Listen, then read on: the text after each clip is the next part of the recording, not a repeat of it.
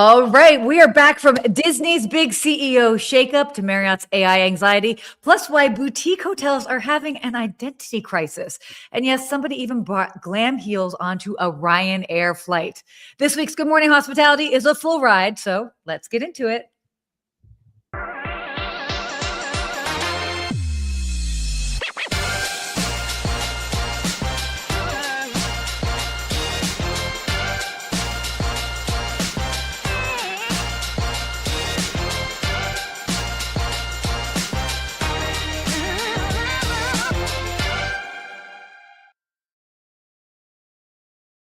That morning music gets me every time. I'm telling you, good morning, Sarah.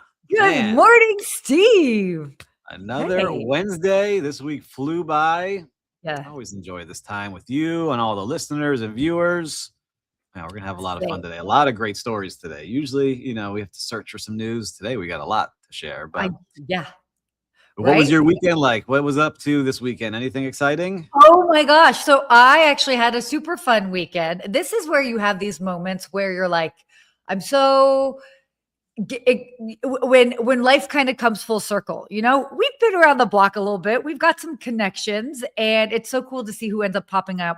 But Friday afternoon, probably like 5 p.m. I'm like, ooh, it's been a week. I was ready to lay low, had a big week of just like a lot of work. I get a call at like 5 p.m. Friday, and the question was, do you want to go to Ashlee Simpson's show? Nice. And by the way, this was also coming from her parents. So you don't say no. And I said, absolutely. Can I bring my mom? So I brought my mom to Ashlee Simpson's show. She did 4 shows. We went on Friday night. And it was at the Venetian at this beautiful little venue called Voltaire, about 1,000 people. And it was this beautiful, intimate show, super fascinating to see her fans. And she even invited her fans up on stage at some point to dance with her, which, of course, in my mind, I'm like, oh my gosh, security alert, security alert. But everybody was super cool, respectful. And it was just these beautiful moments of seeing, somebody that we've known forever, online. TRL, on MTV, all these things. Yeah. Totally. All the things. And then to be there. And then it's like, hey, mom. And then it's like, we're next to her mom and her husband, Evan Ross. It just was one of those super cool, fun moments. And she did a great job. And I just seeing her, obviously, Backstreet Boys many weeks ago. I'm kind of excited about this little, we've got all these people from our early 20s that are kind of making or like teens and early 20s making their way back around. I'm totally into this. So it's kind of cool. Really sounds fun. I remember Ashlee Simpson. I remember her songs in my head. I don't remember the titles of them, but I could see the videos in my head playing. Yes. That's fun. So you got to enjoy the city. I did the same, similar-ish. Like I just took advantage. Sunday was a fun day like that, where I went out and had my kids with me that day. I was with my dad and my brother and his wife, and we had lunch at a beautiful restaurant in downtown, walked the shops. And then they wanted to go home. And I was walking home. I was passing by where the Miami Heat play at the arena. Yeah. And I was like, you know what? Let me see if there's a ticket. And there was a ticket available at a half price. And I walked in, watched the first half, had some dinner there, and then I went home. It's just like a fun way to do a Sunday, just enjoying and discovering and having a little adventure. Stop. I saw those posts. You literally just went up, bought a ticket, and went in solo and just like caught a little bit of the game? Yeah. I grabbed a beer, grabbed a burger, watched some game before I went home at halftime. Wait, I love this. Yeah, it was so fun. I was like, you know what? I walk by it all the time. That it was it looked like a fun Sunday afternoon. I didn't have any plans after that. I was like, I'm going to stop in and watch the first half and head home for $25 in the lower bowl. Like, how are you going to beat that? Wait, I'm like you say, I'm flabbergasted. You got to enjoy life. Seize it by the horn. That's so cool. Good for you. That's great. Well, anyhow, any visitors out there or our viewers, did you do anything fun this weekend? Anything last minute? Any concerts from your youth? Let us know. We'd love to see what you're all up to before we start sharing the news with all of you. I know. Let us know where you're joining us from. Yeah, that's great. I'm just like, I love that you did that. That was so cool. Yeah, my dad and brother like, really? I was like, yeah. And went over there. Like, next time we're coming with you. It looked fun. I was like, yeah, we got to do it. Yes. Oh, that's awesome. Well, with that being said, why don't we go ahead and get into our first topic for today. So Disney's pick. Disney has a new CEO.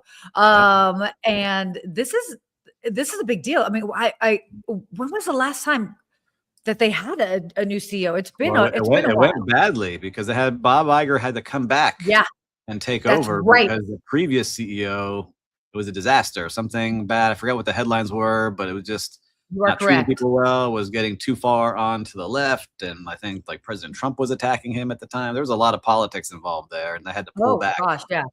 And now Bob Iger hand selects his next appointee, which is Josh D'Amaro. And basically head of the Parks and Experience division. And D'Amaro, he's actually been with the company since 1998. So, a long time. He started as at Disneyland. I think he graduated from your school of Georgetown. He graduated Georgetown, I think is what I read. And he started at Disneyland Park. And I was watching a podcast of his on Skift from a couple of years ago, talking about his first meeting where he was like blown away about the details. Like his first meeting was like, all right, the parade is going to come through this route. Keep an eye on the garbage cans because the garbage cans are going to fill up and we can't have garbage spilling once the parade is done. So he said that level of detail has trained him since his very first days in the parks. And he went on to run Disneyland, Disney World, Animal Kingdom. He opened up Shanghai. He did a lot of great things. So he rose through the ranks of the parks. And that's where they're saying most of their revenue is coming from, or the profit is coming from these parks, because the animation and ESPN and things like that are starting to become less profitable for them. Totally. Well, and I will say this, there is definitely something to be said for somebody who, especially as a company as complex and specific as Disney, you know, you have to have somebody that knows the culture inside and out and can really help navigate it, because it's more than just making business decisions. But I mean, Disney is a complete culture. And I mean, I love that example as far as noticing the details, as far as how full the trash cans will get after the parade, you know, those types of things. That is why Disney is what it is. No, and it was interesting. I want to go back and finish the podcast. It was actually at one of the Skift events. It was from a couple of years ago, but I want to go back and finish because he was talking about so many things that he was in charge of. And you don't realize it's not just the parks. It's also all of the hotels and golf courses and their travel agencies and their cruise ships that they're now investing more and more in. And they just announced last year that they're going to put in $60 billion just into the parks over the next 10 years. It's crazy. $6 billion a year going into the parks because they see. We talked about this last show. People want to do things in the real world. And some people might say the Disney parks are not the real world, but you get to escape and do something out there with your friends, your family, have that nostalgia for when you were a kid on different things. So it's interesting to see how they do it. But he was also talking about all the movies and the shows and all the things that they do, how important they are, because if a movie does well, then you'll see a book about it. And they're also one of the biggest children publishing companies. And that book will turn into a character at the park. Right? That park character you'll see that will have a music album, and all this starts tying together and all the things that they do to bring people into the park. So I think they're well positioned. You know, I'm a Disney fan, so I'm excited to see. I do. I know this is definitely up your alley. And I think this is also perfectly timed because as we've just understanding the bigger picture when it comes to US tourism, which we have all seen across the board, a decline of international visitors to the US. Similarly, Disney is also seeing a decline in international visitors to the U.S. theme parks. So this is, it's obviously not just unique to Disney. This is what we're seeing across the board. But it's good that he's coming in at this time because this is, a time where we're trying to keep people interested and still coming and maybe making up for that lost revenue that they're not getting from international travelers, right? Yeah, it's going to be interesting to see how he balances it because unbeknownst to me, before I saw this article, I was watching something this week about how Disney prices have really shot through the roof over the last couple of years to go to a park. Yep. And, I've seen that. I've felt it as a parent. And when you travel with your family, it can really add up very quickly. And they know this at Disney because they do have rooms that now are $4,000 and $5,000 a night. If you want the bungalow on the water at the Polynesian Hotel, right? So they see what's happening in the economy. They know, like, all right, we do have the ultra wealthy, we have some of the more value driven properties. And so they're trying to figure out how to balance in the middle for the middle class, because you could go to a park, spend a bunch of money, but then you got to stand in lines because you didn't have the money to buy the lightning pass. And so then your whole day is spent in 2 or 3 hour lines for one ride versus ponying up to $200 or $300 or $400 on busy days extra for a lightning pass at these parks on top of your ticket. So it could become a very expensive day. But they say, look, we got Broadway shows, restaurants, all these attractions that are new. We got to keep up with everything we're doing. So it's getting interesting to see what they continue to do. It's very, very interesting. So wait, so every time you've gone, have you always gotten a lightning pass? Yeah, because if you, like, for me, I'm not a local, right? So some locals would just go and pop in. Oh, I want to one ride and get some food. But if you're traveling there and you don't have that pass, you can't go on all the rides because you're going to spend too much time in the line. So you buy the lightning pass and you make your reservation of what time you show up to that ride, and you wait 15 minutes in that line versus 2 or 3 hours in a busy line. So I asked that because, you know, I don't have kids, and I'm not a Disney adult person. There are a lot of them, and certainly a lot in Southern California. And I had a friend of mine who was a big fan, and so, and this was a while ago. So let's just call it like 2017, 18. She came to LA and was like, I'm going to Disneyland. I'm like, good for you. And she was like, no, you're coming with. And I'm like, I'll drop you off, which is an hour drive each way, by the way. And she's like, no, come. So I'm like, fine. So I go, and I have to say, I was really impressed because I was like, I'm not buying anything extra. Like, I'm just here to support. I'm her emotional support adult to go to Disneyland. But I have to say, they did a fantastic job. I was very pleasantly surprised as far as keeping the lines moving. Obviously, you know, this is at the time that they were just starting off with their app. So then you could kind of see which lines were busy where. And without having anything extra, we were able to kind of bop around and still do a good chunk of the park without necessarily having a fast pass. So I thought that was very clever. I don't know if it's still that way, but yeah. It's interesting to see. Like, I haven't been in a year, like 2 years at Disney. We went to Universal this past year, and I like what Universal does. If you stay at their premier properties, you get automatic their fast pass version. I forget what it's called, the Universal Pass. So you can get that included in your room stay. So you save, you buy a $500 night room. It's not still cheap, right? But you get your $500 night room, but then you're getting, with a family of 4 or whatever you may have, $1,200 worth of fast pass that you don't have to buy. Right. So it's a good trade. It's automatic. Like, I'll stay there to get those and go in the park. So there's a lot of things you got to learn before you head through those gates if you really want to. You do. I'm sure that there are a lot. Videos. I was just going to say a lot of YouTube videos for sure. All right. Wow. We spent a lot of time on Disney. Yeah. Sorry. Oh my God. Let's come to Disney with us. Yeah, exactly. There we go. Perfect. Why don't we switch gears a little bit and talk about what's going on with Marriott? So Marriott CEO Anthony Capuano has implemented 8 major shifts. So definitely going to be expanding into mid-scale markets, also revamping legacy brands, naturally pursuing operational efficiency. But they're also focused on new revenue streams like upselling non-room services. We've talked about this before, things like spa treatments, all of that. And then also and by the way, this has been huge. If you are not aware of what's going on with the world of AI and how it's impacting just travel booking, you should definitely check out a couple of the Skift daily briefings. There's a lot going on, but they really are focusing on enhancing the loyalty program to compete with banks and AI travel tools. And that's huge.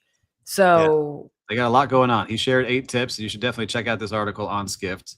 Because he's talking about his 8 biggest shifts that he's seeing. And, you know, it was interesting to see that when he talks about the mid-scale expansion, because they were a little bit late to the game, where a lot of the hotels were ahead of them, like Hilton and Hyatt, building some of these mid-tier brands for longer stays. And they are looking to experiment with different things. They experimented with Sonder this year. They talked about that. So experiment didn't work out, but we learned a lot from that. And they're taking what they learned from it and putting into some of their newer brands that are in this mid-tier area. But what I did like is that they're trying to revamp, like you said, some of their brands like Sheraton and Westin that, you know them, but you haven't probably thought about them in a while, unless that's like the place you want to stay in that city. So they're really working on revamping it with new marketing. And I saw the new commercial they put out was really good.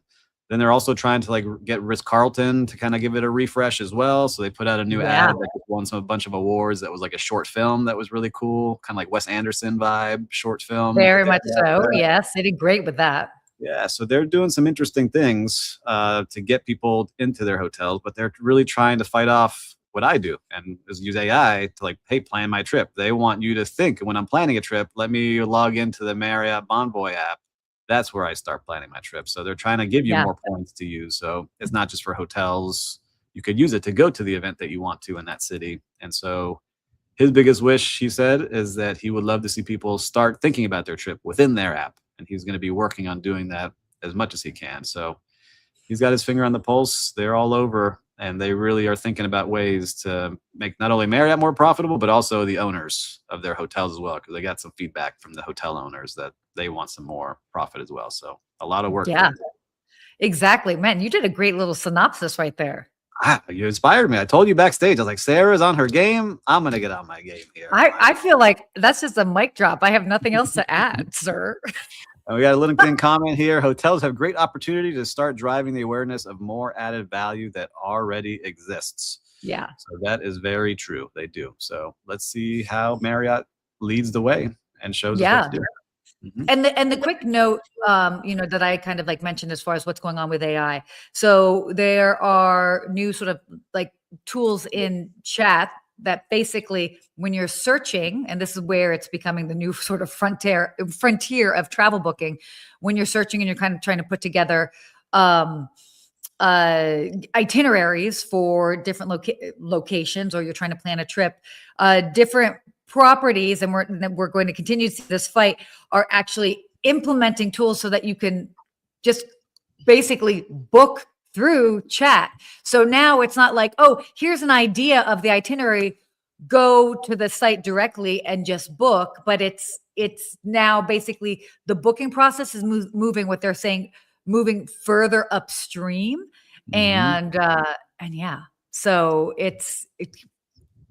there's going to be a whole tug of war over getting the attention of travelers over the next couple of years, definitely with the usage of AI. So these big brands have a lot to keep in mind. Yeah, they do. They have to really be in front of people's eyeballs. If they're not, AI will tell you where to go. So it's going to be interesting to see the development over the next 12 to 24 months. Yeah, definitely. Okay, well, speaking of shifting gears a little bit, let's talk about boutique hotels. Yeah. So yeah, I know. Big fan of big hotels. So boutique hotels. So this was an interesting article that came out on Skift. Can boutique hotels survive the lifestyle makeover? And what this is kind of talking about, boutique hotels have always kind of had their own niche sort of energy, but we're seeing all of these bigger brands like the Marriotts, the Hiltons, etc., that are now adding boutique hotels to their portfolio. So it's this interesting tug of war that why boutique hotels were so loved is that they were unique and they were doing their own thing. But now that you've got so many of the bigger brands that are incorporating them into their portfolio, where is this? Can they still be cool through scaling? I think is the big question, among many others. There's a lot of great opinions in this article. A lot of leaders of big brands talking here, like Ennis Moore and Viceroy, and they had Ian Schrager in there, of Morgan's Hotel fame in addition, and his new one we talked about last week, The Public. So a lot of opinions there. I can say I've been on both sides now, where I've been a part of a brand that got purchased, and I've also did some consulting work like that. And you see it slowly die, in my opinion, the coolness of it, because they have to adapt to the big flag of, now I got to use Marriott's system or Hyatt's system or Hilton's system. And I don't know how to use this thing. It doesn't allow me to do all the cool things that I used to do for guests. That doesn't make cost sense anymore because we can't standardize you spending that much money for this guest on this cool thing because the other guest is not going to get it. So now we're going to cut it down to this amount for everybody on spending per employee, right? And so all these things start to standardize, and little by little over time, it starts to evaporate, I think. But I think there's also hotels that can really do this well. And I think it's the independent hotels, of which one I'm building. I think like we're going to be a good example of it here in South Florida with Bahia, and how we're going to be doing this is really taking control of your destiny by creating media, like learning from Disney. What is the media you can create to get people to come to your property? It's all those social media clips. It's inviting the right people there. It's becoming the third place people want to hang out in, and being part of their lifestyle, right? That's how I think of lifestyle hotels is I want my life to include that location, and I'm going to incorporate it into the lifestyle that I have. And I think that's why lifestyle hotels, this term gets used all the time, but that's really what it is, right? It's like, I want to be there. I want to spend time there. I want to be seen here. I want to be with my friends and family here.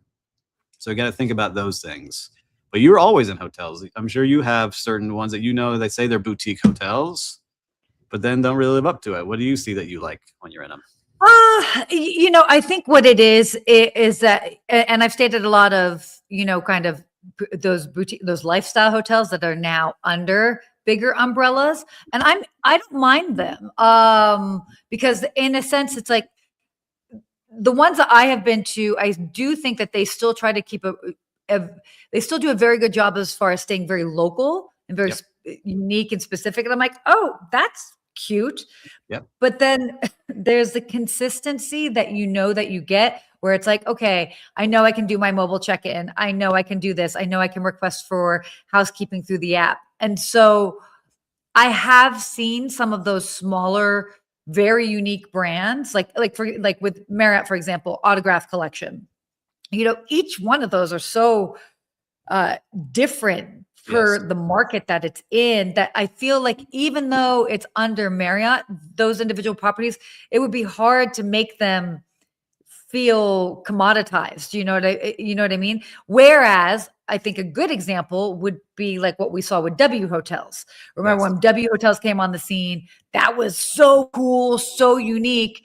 And then because that I think is an example of how a boutique hotel that was like edgy and different blew up and then it's a big brand in and of itself. So I think that's where the fine line is. That's what I think about a lot. I remember W early 2000s was like the place to be. It was a cool place to be. It was edgy. They were doing fun things. And then little by little, all the people that started that brand left, and they got replaced by people from other hotels that didn't know the culture and corporate, and it slowly started dying. But now they're making a big focus on bringing it back. So I'm excited to see what they do.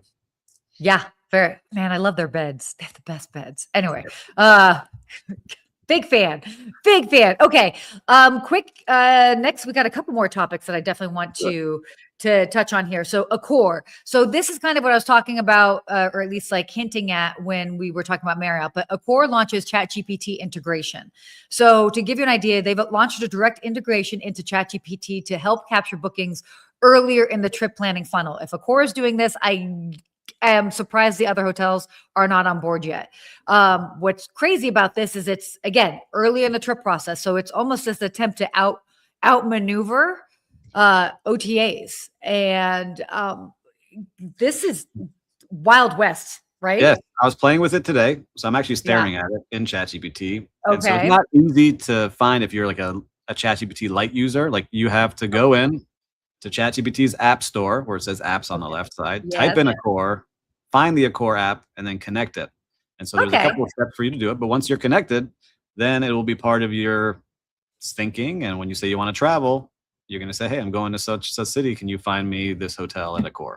Right. And then it will load up everything that you've got. But that's the very beginnings of what we're doing now. But yes, everything will be integrated here very soon. So you can say, I want to stay at this type of hotel here or there.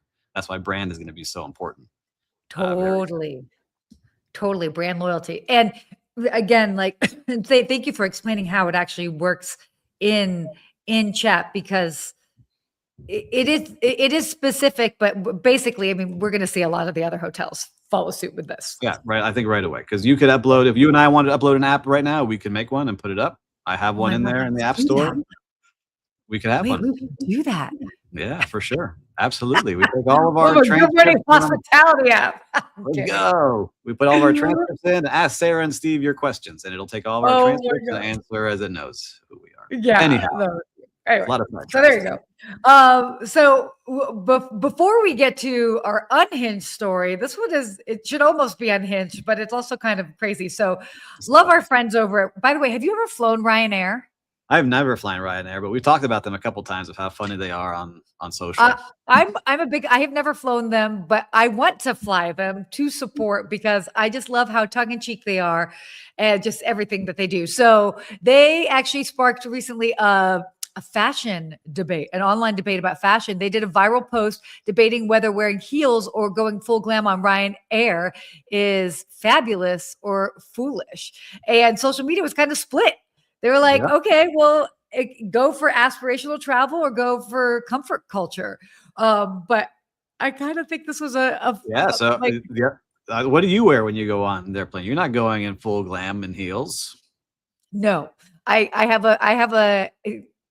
have a travel uniform, so to speak. And it's like yoga pants, sneakers, comfortable top, probably a couple of layers, whether it's a sweatshirt, a jacket, or a heavier jacket if I'm traveling to a further destination. If I'm going to a very cool destination, instead of sneakers, I will actually wear my boots, just because they're heavy. So I have a very specific thing. But for example, tomorrow I will be doing a day trip flight, and I won't have any carry-on, and I want to look presentable. So tomorrow I will probably be traveling fairly glam, so to speak. So the other thing, I think they're good at rage baiting people, because the other headline in this article was, "Don't wear jeans, get comfy." Yes. Right. Yes. So I'm wearing jeans right now, and I wear jeans on the plane all the time. I don't know what I'm supposed to wear. Am I supposed to wear a tracksuit? Am I supposed to get ultra glam and put on slacks? I'm curious, viewers and listeners. Put it here in the chat here. When you fly, what do you Let wear? us know. Because we just had another airline say you can't come in there looking like you're on pajamas and not too skimpy outfits and all these things. So it's interesting to see what's going to be coming through pretty soon. So in the chat, let us know, what are you wearing on the planes? You know what's so funny? Because like for you, jeans, you wear jeans. It would be a very specific thing for me to wear jeans on a flight. So funny. Hey, I don't know if I've seen you in jeans. I'm wearing them right now. Jeans and a blazer and a white shirt. Did you just say you haven't seen me in jeans? I don't think I've have. No, every time we've been at an event. See me from here up. Yeah. And never mind. We won't say what you're wearing when you're there. Oh, well, I'm wearing yoga pants now. Okay. All right. No, but I wear jeans, but to wear jeans on the flight, that would be, I'll probably wear jeans on my flight tomorrow, which will be different. So yeah. On YouTube, I see YouTube chat. We don't have to put it on the screen, but YouTube, yes, we're here. We're listening to you. Keep letting us know what you're up to. We love seeing the YouTube chat. A lot of people watching over there. We are here to answer your travel and hospitality questions. Look at this. What? Will Slickers. By the way, Will Slickers is not working behind the scenes today. Aren't you on a cruise? He's on a cruise. Good to know the Wi-Fi is working, Will. I saw he's wearing a Speedo in one of the pictures, I think. Wait, what? I didn't see this picture. I'm joking. I was like, what? Put an AI picture. Will Slickers. Pajamas on flights or in public. Yeah, agreed. That's weird. Lazy vibes. No, not into that at all. Slippers. Yeah. Well, okay, wait. Looking at the time, we have to get into our unhinged story of the week. This is crazy. Do you want to run through this, or do you want me to do it? I want to make sure I have the right one. This is where a guy, 20 years old, was flying back from seeing his grandparents and heading back to Gainesville, Florida. And as he was getting off the plane, waiting for his luggage, he's waiting and waiting and waiting and can't find his luggage. His sister got his luggage. And then all of a sudden, he sees coming up the track of the luggage, a sock. He's like, that's weird. Whose sock is that? And then all of a sudden, he sees his underwear. He's like, that's my underwear. And then another piece of underwear and then another sock. And little by little, all of his underwear and dirty socks and dirty laundry starts coming up every 30 seconds, one piece up the place where all the luggage comes on the carousel. And so he freaks out, runs over. He's like, what's going on? Why is all my underwear coming up the carousel? And it turns out his duffel bag had split. And so all of his clothes were stuck and little by little just getting fed up from his duffel bag. But in the end, he got all of it. But what would you think if all your dirty undies were coming up off the carousel from your trip? Well, first of all, I would have traveled with a duffel bag. But hard shell suitcases for life, guys. Come on. But depends on the length of the flight. It's international, 8 hours. I go comfortable. Hoodie and sweats, 3 to 4 hours. Business casual. ooh. I like it. Good one. Who's wearing shorts on there? That's the other no. question. Some people say don't wear No, shorts. no bare skin on Paul Manzi, seats. get back to vacation, Will.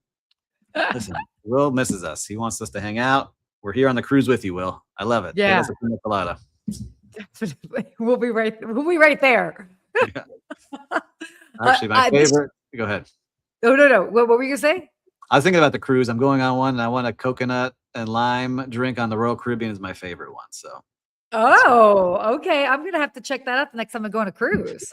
Yes, but so what would you do now? You got all your undergarments coming out. That would be a show. Everyone would be like, I mean, first of all, I would probably start recording it because it's just so ridiculous. Because it's, again, you're like, what on earth is happening? And then one by one, to have one by one, things from your suitcase come out from on the baggage carousel. Lucky it was just that. You never know what else. People travel a lot of crazy stuff in those pieces of luggage. Travel with weird things. That is very true. Very, very true. But what a funny thing to do. And I think it's also that reminder that duffel bags the duffel bag should just stay with you in cabin. Hopefully they're small enough and you can just take them as a carry-on so that they don't end up splitting or get caught on anything. I agree with. And listen, there's people that travel with just like garbage bags and they tape it up. I've seen that too, so that's always funny to see. Oh my gosh, no, we don't do that. Definitely not that. Anyway, do we have time for a quick real-time recap? Do you want to do that? Let's do it. Let's do a quick real-time recap. All right, perfect. Why don't you go? You start first. I will give I did a lot over the weekend, but I'll give a shout out to a little shop. I forgot the name of it. And if David Turk, if you're watching still, let me know the name of the sandwich shop we went to on Sunday morning for coffee. It was in the Upper Buena Vista complex I talked about a couple of weeks ago. And this woman just opened up a shop 2 months ago. I wish I remembered it. As a sandwich shop with all these beautiful cheeses and meats and things from Europe. Yeah. And we were sitting out there, my brother and I, and she came over and she's like, this is my shop. Here's some tastes and bites for you. Just served us and kept serving us a couple of things over and over again. So we're now where I'm a fan and I want to go back and help her make sure her restaurant is a success because it was delicious. And I'll remember it and I'll post it here in the comments. But if you're in Miami, make sure to go check out the sandwich shop. It just showed us. I didn't buy anything. And we were just sitting there having a coffee and she kept bringing us stuff out. Then my brother ended up buying some soups and things because it was freezing cold in here in Miami. So yeah, I saw that. That was crazy. Yeah, 30 degrees, 20 in the wind chill. Not used to it. No, definitely not used to not there. But just shows you how now I'm a fan, right? Her hospitality. You're sitting here by my restaurant. Yeah. Let me serve you and feed you. And it was great. I love that. And again, it's like a cute a spot that you just like stumbled upon and discovered. And you'll probably make a point to go back. I'm going back. I'm ready to go back now today for lunch. Yeah. Oh, good. I love that. Love that.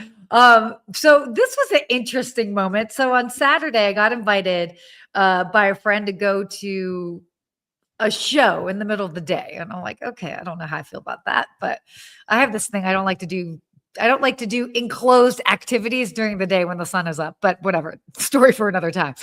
So I get invited to this show and it is this British singing review show and a British musical. And there was a singer who's been around since the 70s. His name is Danny. Oh my gosh, what's his last name? It'll come to me. And he's this older British gentleman, and he basically did all of these fun covers of these songs by famous British singers from over the years. So you're talking about Elton John, Phil Collins, Queen, all of that. And it was such a fun thing. I mean, by the way, it was definitely a hole in the wall, but they were so cute. It was really kind of run by like 3 people. Oh, do you have enough to drink? I mean, they probably wanted to make sure that we really had enough to drink because of how fantastic the show was. But it was just this fun, cute moment. And it was this reminder of that even in this small black box theater at 2:00 on a Saturday, something so bizarre, you can kind of be taken into this own little world. And I think that's so much of what hospitality is you're taking people on a journey and this like sort of experience. And whether it's a show or whether it's like through a culinary experience or staying at a property, and it was great. It was really, really well done. So, yeah, definitely not what I expected to be doing on my Saturday, but it was fun to do. I love it. We had a fun weekend, both of us on opposite parts of the country, but sounds exciting for both of us. We covered a lot here today, Sarah. We did. And a lot of great and stories. Our matching outfits, by the way. Matching outfits as always, and we never planned this. But listeners and viewers, we definitely shared some interesting stuff today here with you. So make sure, pause this, copy and paste it, share the link to your friend because they're going to enjoy it just as much as you did. And if you haven't yet, make sure to subscribe here on the Skift channel because you're going to get all the up-to-date travel and news that you could use. And Sarah gives you a daily update every day as well, in addition to all this. A lot. So much good stuff to find out. So yeah, definitely be sure to subscribe and follow and share.